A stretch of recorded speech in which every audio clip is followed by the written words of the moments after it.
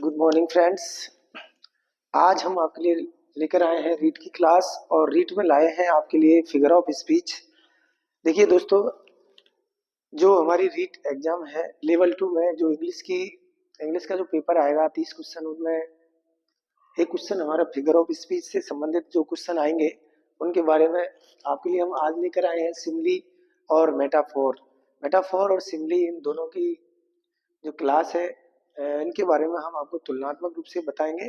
और देखिए किस तरह से इनका क्वेश्चन आएगा, कैसे सॉल्व करना है, ये क्या होते हैं। तो देखिए, सबसे पहले हम लेते हैं सिमली। सिमली क्या होता है, व्हाट इज सिमली? तो देखिए सिमली क्या होता है। तो Simli is a comparison. Simli एक कंपैरिजन है, एक तुलना है। किसके बीच में? It is made between two objects. ये दो वस्तुओं के बीच में की जाती है। सिमली एक ऐसी तुलना है जो दो वस्तुओं के बीच में की जाती है। और these objects are of different kinds. ये दोनों ही वस्तु जो होती है ये अलग अलग प्रकार की होनी चाहिए, यानी दोनों सेम वस्तु नहीं होनी चाहिए, अलग अलग होनी चाहिए। जैसे कि हमने ले लिया, यहाँ पर एक एग्जांपल ले लेते हैं कि ये कह रहा है कि वर्ड्स आर लाइक लीव्स। तो यहाँ वर्ड्स शब्द होते हैं और लीव्स पत्तियां, तो दोनों अलग अलग हैं। ऐसे नहीं वर्ड्स की तुलना वर्ड्स से की जाए, तो वर्ड्स की वर्ड से तुलना करना सिमली नहीं होता।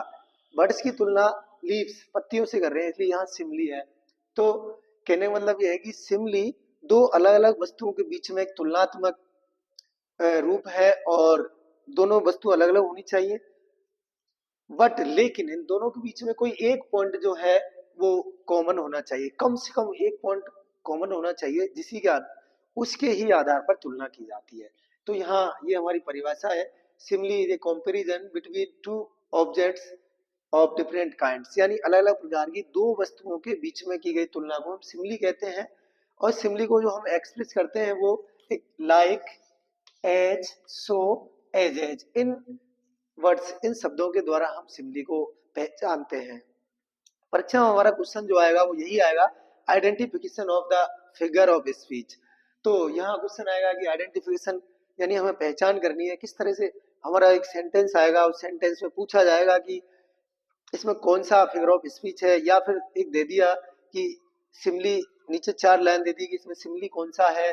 तो इस तरह से हमको क्वेश्चन हल करना है। तो देखिए ये हमारी परिभाषा हो गई कि सिमली दो अलग अलग वस्तुओं के बीच में एक तुलना है, जिसको हम लाइक, एज, सो और एज से प्रकट करते हैं। तो ये शब्द याद रखने हैं। सिमली की पहचान लाइक है, as, so, as.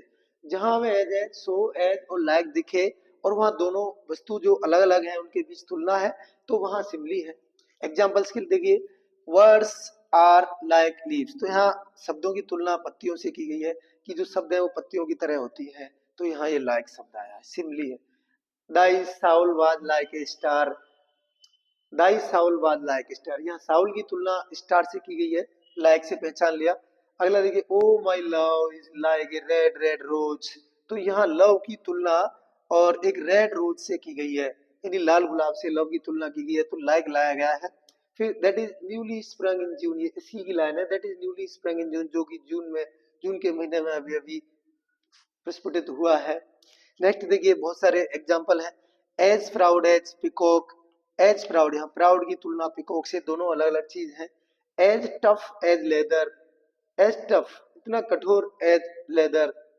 As clear as crystal, जिस तरह क्रिस्टल साफ सुथरा होता है उतने clear. As cold as hills.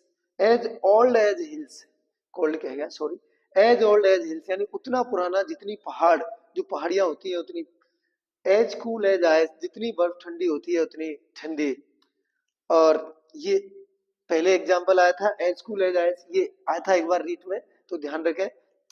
फिर है next example, he rain like a चीता। तो वह दौड़ा एक चीते की तरह दौड़ा। तो आदमी की तुलना यहाँ चीता से की है दौड़ने में, तो यहाँ लाइक एक गुण समान है कि उसकी दौड़ और इसकी दौड़ चीते के जैसी थी। He is as strong as an aux.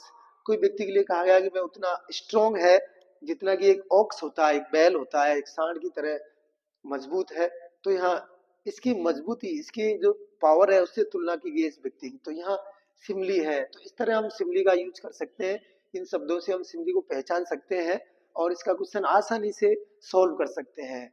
इसी तरह हम देखें मेटाफोर। तो मेटाफोर क्या होता है? मेटाफोर एक इम्प्लाइड सिमली होता है, यानी सिमली में दो ऑब्जेक्ट अलग अलग होते हैं, मेटाफोर में भी दो ऑब्जेक्ट होते हैं, लेकिन सिमली में उनकी ये लाइक एज सो एज सब लगा करके तुलना की जाती है, लेकिन उसमें क्या है, उस दूसरी वस्तु का उसको रूप दे दिया जाता है।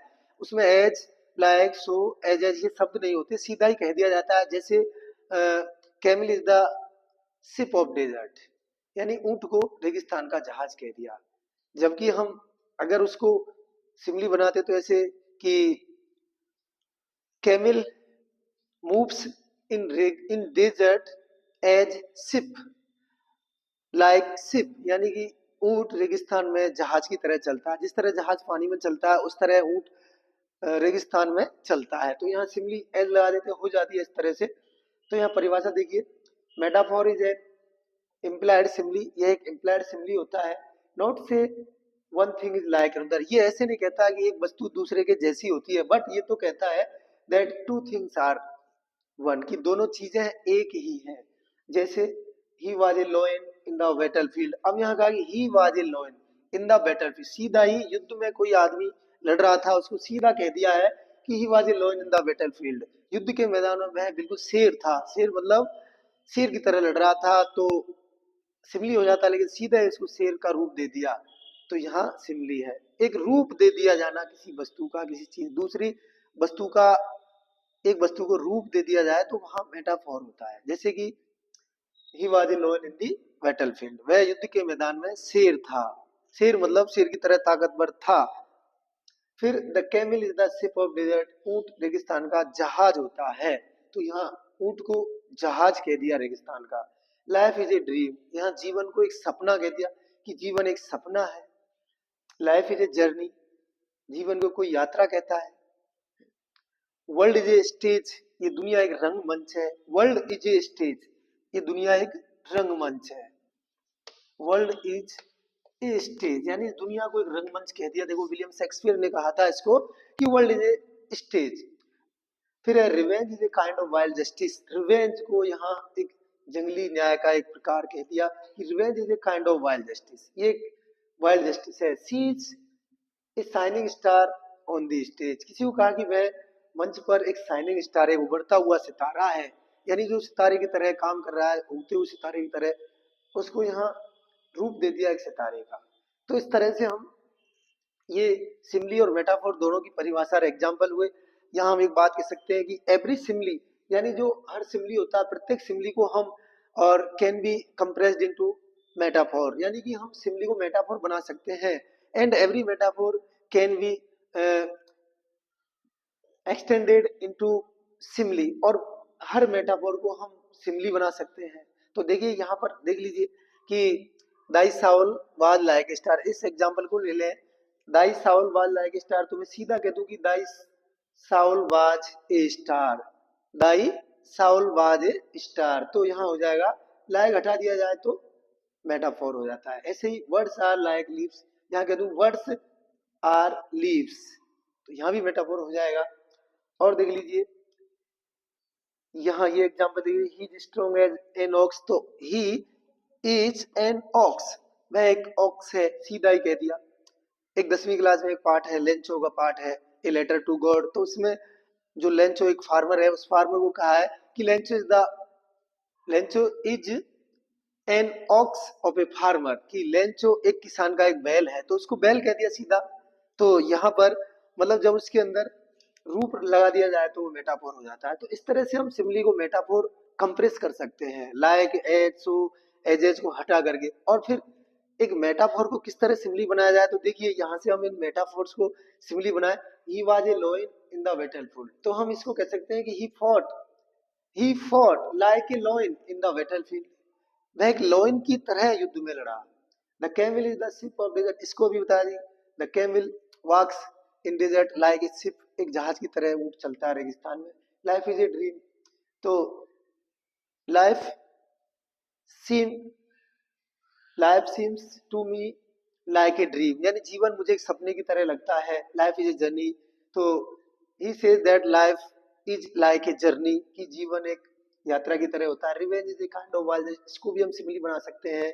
Revenge is revenge is a just revenge is like a wild justice, यानी बदला एक जंगली न्याय के जैसा है।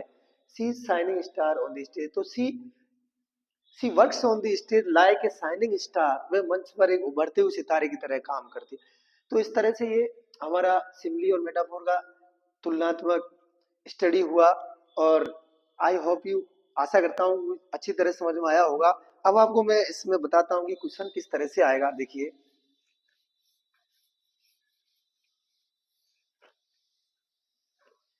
जैसे अभी यहाँ पूछ ले, सिमली इज, यहाँ क्वेश्चन दे दिया सिमली इज, यानी कि सिमली है तो यहाँ ए दे दिया कि thy soul is a star, B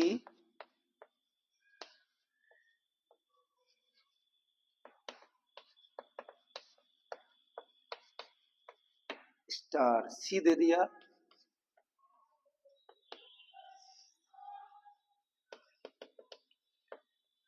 C is a tigress,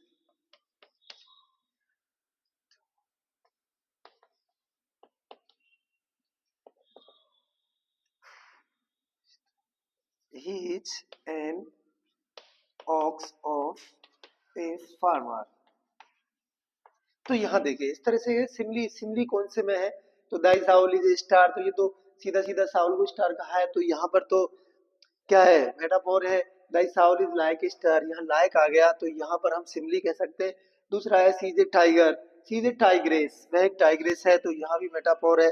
और he is an ox of a farmer, तो यहाँ कि वह एक किसान का बैल है, तो यहाँ भी मेटाफोर है, इसलिए यह सिमली का ये लाइक वाला एग्जाम्पल है। इसी तरह मेटाफोर का आ सकता है।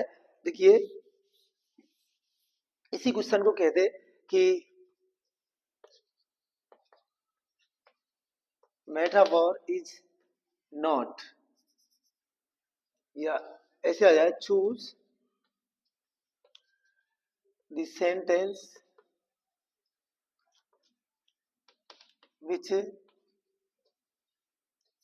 which is incorrect, which is incorrect, उस सेंटेंस को चुनिए जो कि गलत है। तो यहाँ पे हम देखेंगे कि यहाँ मेटाफोर या बेमेल अनमैच है, ऐसे भी आ सकता है, या छांटिए मेटाफोर को, उसको जो अलग है मेटाफोर नहीं है। तो यहाँ देखिए मेटाफोर है, यहाँ भी मेटाफोर है, यहाँ भी मेटाफोर, और यहाँ लायक आया है, तो यहाँ तो सिमली है, इसलिए ये आंसर गलत है और बाकी के तीन सही है। तो हम आंसर बी करेंगे, उसका भी आंसर बी हो जाएगा। तो इस तरह से परीक्षा में ये क्वेश्चन आएंगे और हमको ध्यान देना है ये दोनों क्वेश्चन सोल्व करने के लिए।